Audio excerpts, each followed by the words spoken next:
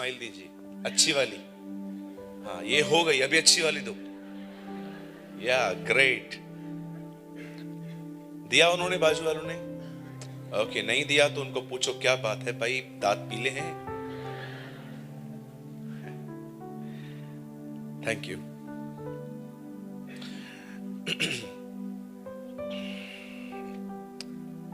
आप सब तैयार हैं? Okay good.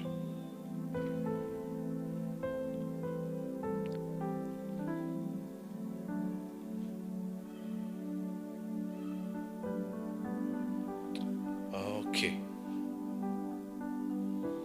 जैसे कि हमने ये समझा कि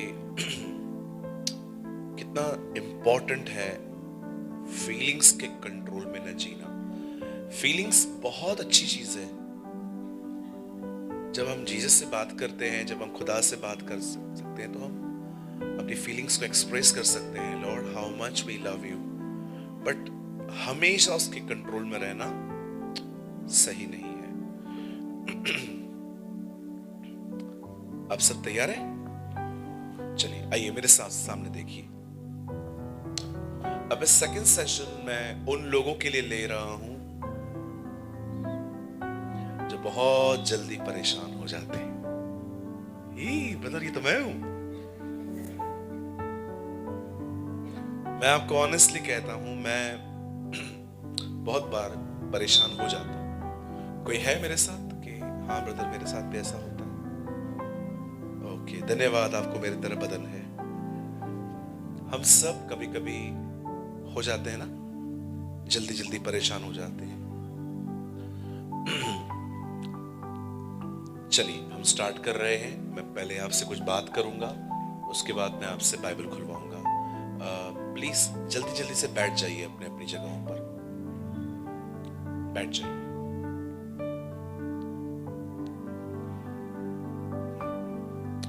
सुनिए,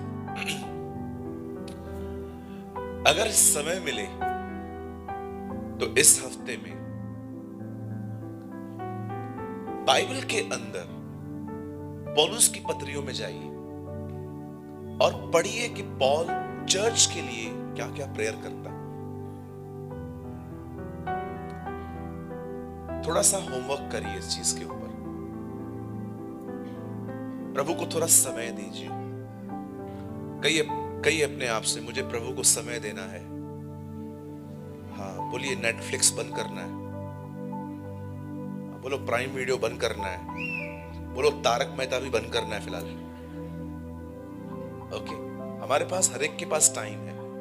ऐसा कोई नहीं है जो कहे मेरे पास टाइम नहीं है। लेकिन हमने अपनी जिंदगी ना बांट के रखी है। परिवार, घर, जिम्मेदारी सब करना है। टीवी। प्रभु का धन्यवाद है, अभी बहुत सारे लोग कम टीवी देखते हैं। पहले तो मैंने देखा था घर पे 9:30 से पहले खाना नहीं मिलता था। वो सारी बहनें बैठी हुई हैं, सास भी कभी बहू थी, ससुर भी कभी दामाद था, पता नहीं क्या देखते थे वो। बैठी रहती थी। मिहिर मर गया, बात चली गई। कुछ लोग तो मतलब सारा दिन सीरियल सीरियल सीरियल, और वो सीरियल वाले भी आपके दिमाग को जानते हैं। जैसे ही कोई आने वाला होगा उधर बंद कर देंगे, ताकि आप अगले दिन इंतजार करो ये था कौन, और इस चक्कर में आप अगले दिन भी देखोगे, है ना?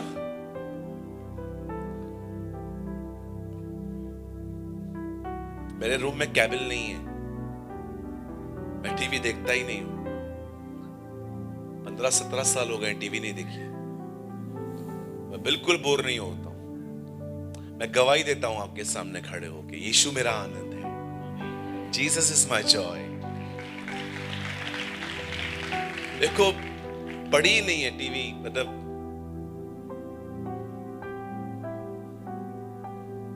आप जानते हो, जब आप दुनिया को यूज करो खुद को खुश रखने के लिए, ये साइन है कि आपने खुदा का आनंद खो दिया है। राइट? हालेलुया। इस हफ्ते में टाइम निकालिए और पॉल के हर पत्री को पढ़िए और उसकी जो दुआएं हैं ना वो पढ़ के देखिए। मैं उसकी दुआ में से एक छोटा सा पोर्शन आपको बताना चाहता हूं। पॉल इफिसियों की कलीसिया को कहता है कि मैं प्रार्थना करता हूं कि तुम परमेश्वर की आत्मा की सामर्थ के द्वारा अपने भीतरी मनुष्यत्व में बलवंत होते जाओ। पॉल ये नहीं कहता है कि मैं प्रार्थना करता हूं कि तुम्हारे दुश्मन खत्म हो जाएं। वो कहता है नहीं, मैं प्रार्थना करता हूं तुम स्ट्रांग बनो। आमेन। कहिए स्ट्रांग। आप जानते हैं आदमी स्ट्रांग और वीक कैसे होता है? जब मैं कहता हूं स्ट्रांग, यहां देखिए सब, अगर आप खाना खा के सो जाओगे, ये आपके लिए प्रोफेसी है, आप आने वाले दिनों में मोटे बनने वाले। ये प्रोफेसी मैं नहीं कर रहा हूं, आदतें प्रोफेसी करती हैं। कुछ लोग होते हैं ना, खाना खा के सो जाते हैं, क्या होगा पता है? आपका खाना फैट्स में बदल जाएगा, चर्बी, कहिए चर्बी। लेकिन कुछ लोग ऐसे होते हैं जो खाना खाने के बाद एक्सरसाइज करते हैं, वो खाना चर्बी में नहीं बदलता है, अब वो खाना मेल्ट होता है, जूसेस बनती हैं, वो जूसेस आपकी नसों में जाती हैं और आपको ताकत मिलती है। राइट? परमेश्वर भी यही है। खुदा भी चाहता है कि आप में से कुछ लोग सिर्फ मोटे नहीं दिखे। आपको पता है बहुत से मोटे कमजोर होते हैं, एक नॉकआउट मारू ना गिर जाएंगे, बट कभी कभी पतलों से लड़ना डिफिकल्ट होता है। क्यों? क्योंकि स्ट्रेंथ है। आपको क्या लगता है कोई मोटा है तो मतलब वो ताकतवर है? बिल्कुल नहीं, आप गलत हो। कई बार परमेश्वर हमारे जिंदगियों में संघर्ष भेजता है ताकि हम मजबूत बने। आमेन। हाँ, कभी कभी आपने देखा जब परमेश्वर ने दाऊद को कहा तू राजा बनेगा, उसके बाद क्या हुआ? शाऊल पीछे पड़ गया। जोसेफ को परमेश्वर ने कहा तो एक दिन रूलर बनेगा, उसके भाई उसके पीछे पड़ गए। कभी कभी परमेश्वर प्रतिज्ञा करने के बाद सिंहासन नहीं, स्ट्रगल बेचता है ताकि उसके लोग मजबूत बने। आमेन। रियल स्ट्रेंथ पता है क्या है? अब कह सकते हो हाँ मैं अब मजबूत हूं। पता है मजबूत लोगों की निशानी क्या है? बहुत कम परेशान होते हैं ये लोग। लेकिन अगर आप एक छोटी सी बात को लेकर बैठे हुए हो सर पकड़ के, पता नहीं पता नहीं पता नहीं पता नहीं पता नहीं, क्या पता नहीं है? That's real weakness. बाइबल कहती है अगर तू विपत्ति के समय अपना साहस छोड़ दे तो तेरी शक्ति बड़ी कम है।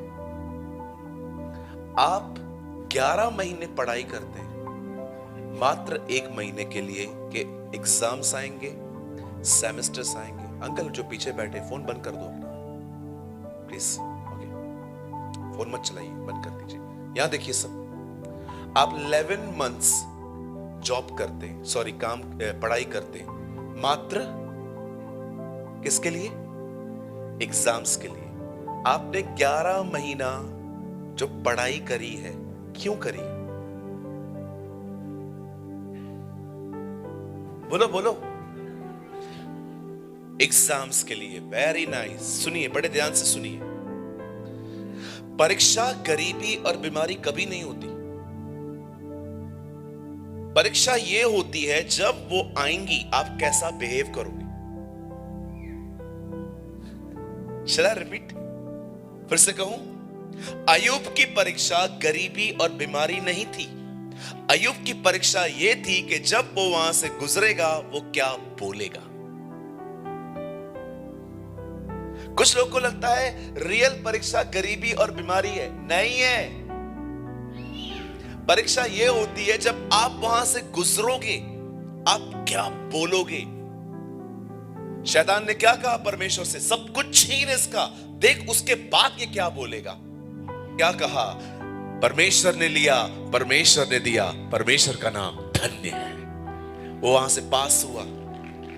So many times अब हम ये बात समझ नहीं पाते हैं, हमारी ग्रोथ सिर्फ बाइबल स्टडी और प्रेयर और चर्च आना नहीं है। आपकी रियल ग्रोथ है जब आपके ऊपर हालात आएंगे, आप वहां पर कैसा बिहेव करोगे, आप कैसा व्यवहार करोगे।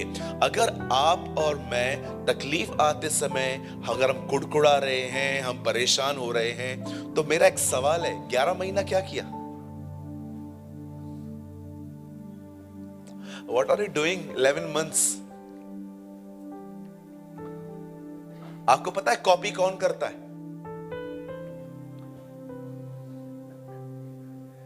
ओह, बताओ कॉपी कौन करता है? सिंपल, जो पढ़ता नहीं है। पढ़ने वाले लोग पास होके आते हैं। एक बार मेरा एक दोस्त है, उसका नाम है भरत। हम स्कूल में साथ में पढ़ते थे, स्कॉलर था और इसी कारण मैंने उसको अपना दोस्त बनाया था। इतना होशियार था वो हर सब्जेक्ट में। हम लोग हमेशा एग्जाम से पहले उसके पास जाते थे और पूछ के आते थे, थोड़ा बता तो क्या क्या आ सकता है, क्योंकि जो सर थे वो उसके चाचा थे। हम जानते थे वाया वाया वाया बहुत आशीष मिल सकती है। एक बार एक ऐसा वाक्य हुआ मेरे साथ जो आपको सुनना चाहिए। मैं मैथ्स में स्टार्टिंग से ही वीक रहा हूं। गणित, गणित बोलते ना, गणित गणित कुछ सब्जेक्ट्स में हमेशा विदाउट ट्यूशन पास होके आया हूं, रैंक लेकर आया हूं। लेकिन जब बात मैथमेटिक्स की आती थी, 2 2 2, 4 4 8, बिल्कुल हमारा बत्ती बंद। मैं इतना वीक था, मुझे कैलकुलेटर पे भी शक होता था ये गलत बोल रहा है। गलत बोल सकता है, ऐसी हालत थी मेरी। एक बार मैं स्कूल गया और मैंने अपने दोस्त को पहले ही बोल दिया, मैं बिल्कुल नहीं पढ़ के आया हूं, कृपया अनुग्रह करें। मेरा दोस्त बहुत अच्छा था, उसने कहा ठीक है मैं देखूंगा टीचर कौन सा आ रहा है। तो टीचर आया जो हम लोग के पहचान का ही था और मैंने उससे पूरा सप्लीमेंट ले लिया और मैं आराम से बैठ के, पहले वो सप्लीमेंट आते धागा बांध के, है याद है नहीं याद है?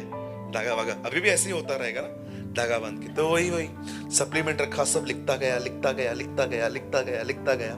मैं इतना घमंड कर रहा था, ये पहली बार होगा जब मैं 100 में से 100 लेके आएगा। जब मैं बाहर निकला, मेरा दोस्त कैंटीन के यहां पर खड़े होकर रो रहा था। ये रो क्यों रहा है? वो मुझसे पहले एग्जाम देके निकला था। तो इधर तो रो क्यों रहा है? पूरा पेपर गलत लिखा। क्या? बोला अभी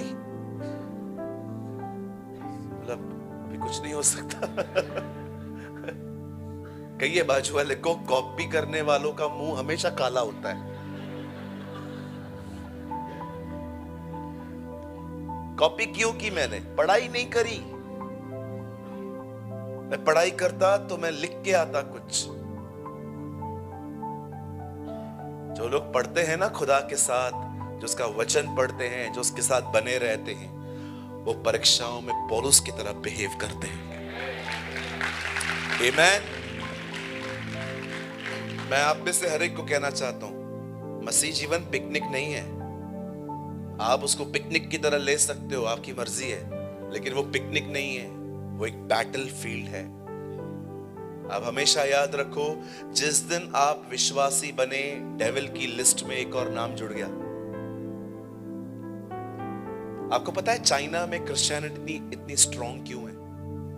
सबसे पहले चाइना में क्रिश्चियनिटी बहुत कम है, पर इतनी स्ट्रॉन्ग क्यों है? क्योंकि वहां के पास्टर्स पहले दिन से ही लोगों को यह बात सिखाते हैं कि मसीह होना आसान बात नहीं है।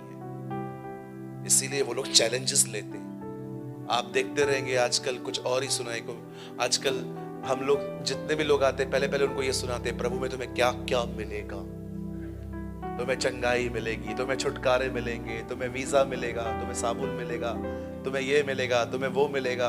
और लोग सिर्फ पाने के लिए यहाँ आते हैं। मैं आप में से हर एक को बताना चाहता हूँ, यीशु मसीह ने परमेश्वर के अनुग्रह के बारे में उनको बताया था जो ऑलरेडी 30 साल तक परमेश्वर के भय के बारे में सुनते आए थे। और हम जो पहले दिन पे लोग आते हैं, हम उनको पहले दिन पे ही बता देते हैं, प्रभु आप बड़ा दयालु अनुग्रहकारी, जो तूने पाप किए फिर से कर, फिर माफ करेगा। और लोग करते हैं। कितने लोग दिखा दूं विश्वासी हैं, आज भी मीटिंग पूरी होगी,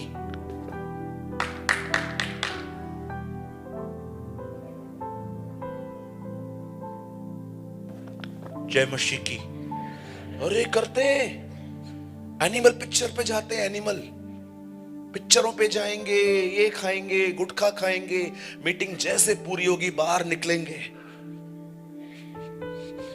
मेरा पैसा देगा कि नहीं, धमकियां देंगे। लेकिन इधर जैसे आएंगे, मेरे जीने का मकसद तू है, प्रभु बोलता है झूठा, नौटंकी। बहुत लोग हो सकते, यहां पर भी कुछ लोग हो सकते, नंबर 1 एक्टर्स, सिर्फ संडे को पास्टर को इंप्रेस करना है, चर्च जाना है, पास्टर जी मैं आ गया।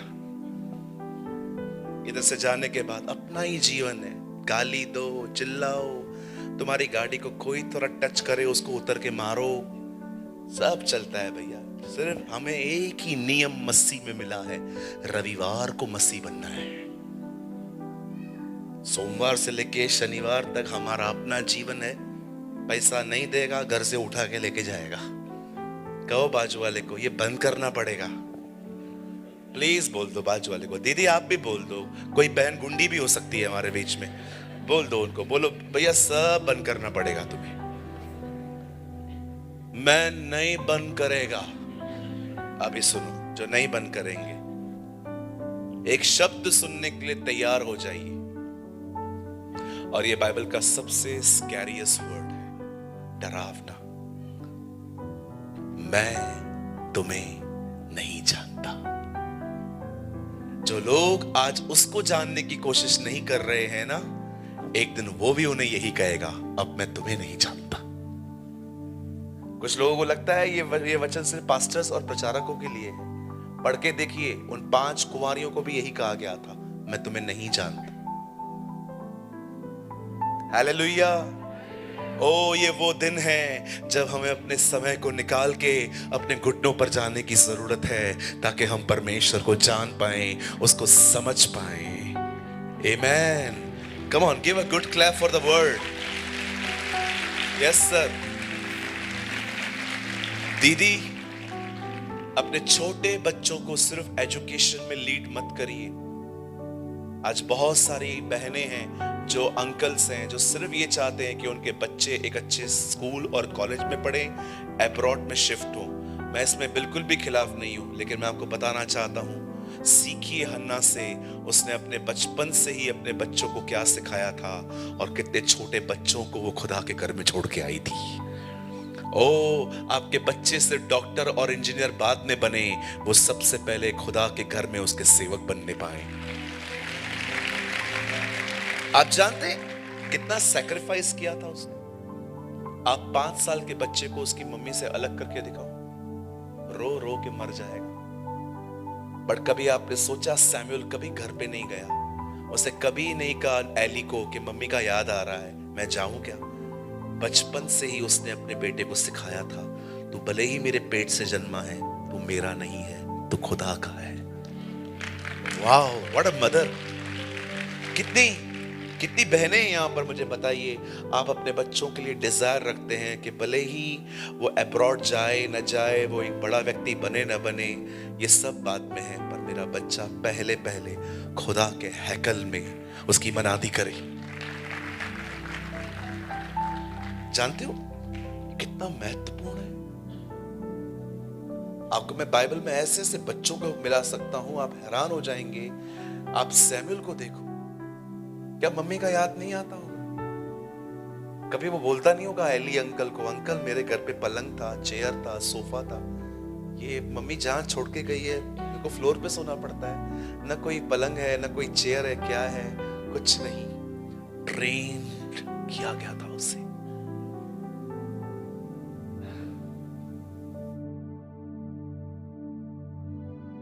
भाग नहीं रहा है, वो उधर ही खड़ा है। क्या बच्चे थे ये, पता है क्यों थे ये ऐसे? इन्होंने अपने माँ बाप से सिर्फ सुना नहीं था सेवा करनी है, इन्होंने अपने माँ बाप को सेवा करते हुए देखा था।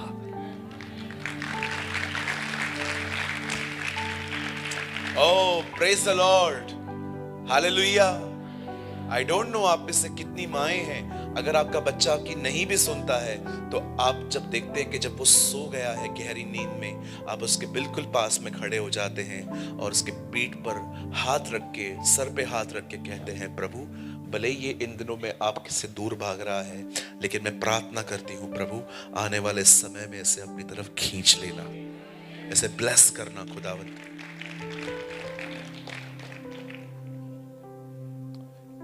मेरा एक नेफ्यू है, वो मेरे साथ ही रहता है, उसके डैडी कोविड में चले गए। कभी कभी वो सोया रहता है ना, मैं उसको हमेशा दुआ करके कहता हूं प्रभु इसके अंदर कभी इसके माँ बाप का स्वभाव ना आए, इसके अंदर आपका स्वभाव रहे। I pray, hallelujah. Please change the system of values.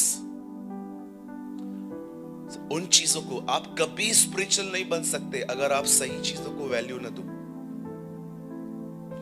दुनिया वैल्यू देती है पैसा, पोजीशन, ताकत, व्यभिचार, वासना, लेकिन आपने देखा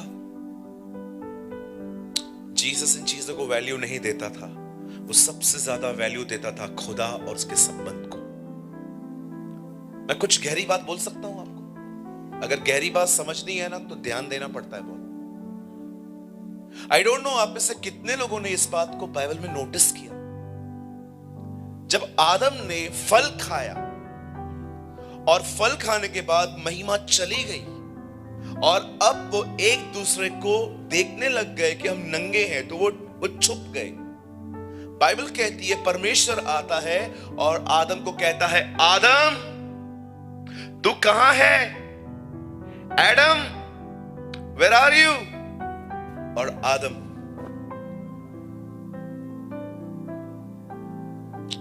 मैं डिसाइड किया मैं आपसे नहीं मिलेगा। क्यों? मैं नंगा हूं। किसने बताया तू नंगा है? तूने फल खाया? हां खाया, लेकिन मैंने नहीं खाया, इन्होंने मुझे दिया।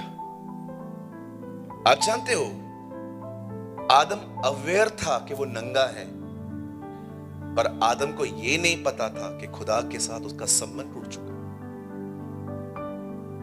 पर आपने यीशु को देखा, वो भी क्रूस पे नंगा था, पर उसने परमेश्वर को यह नहीं कहा हे परमेश्वर मैं नंगा हूं। उसने कहा हे परमेश्वर तूने मुझे क्यों छोड़ दिया? जीसस अवेयर इस बात का नहीं था कि वो नंगा है, वो अवेयर था कि मैं खुदा से अलग हुआ हूं। That's called awareness. आज लोग अवेयर है, मेरा पैसा चला गया, मेरी सेहत चली गई, मेरा बिजनेस चला गया, ये चला गया, वो चला गया, सुमड़ी में एकदम ख्यालों में ही मस्त लगे पड़े। कितने लोग इस चीज से अवेयर हैं कि क्या परमेश्वर की करीबी और आपकी करीबी वैसे पहले जैसी है? That's more important. Change your values. Jesus को कोई फर्क नहीं पड़ा। ये कोई अच्छी बात नहीं है कि आप पूरे नंगे दिख रहे हो और आपका सिर्फ ये हिस्सा ढका हुआ है, फिर भी आप परमेश्वर को ये नहीं कह रहे हो कि इन्होंने मेरे कपड़े उतार दिए, तो आप ये कह रहे हो पिता आपने मुझे क्यों छोड़ा? मुझे चलेगा, मुझे बड़े कपड़े मत दो पहनने के लिए, मुझे कोई फर्क नहीं पड़ता, मुझे फर्क इस बात का पड़ता है आपने क्यों छोड़ा मुझे। सोचो उसके लाइफ में वैल्यू सिस्टम देखो उसका, किन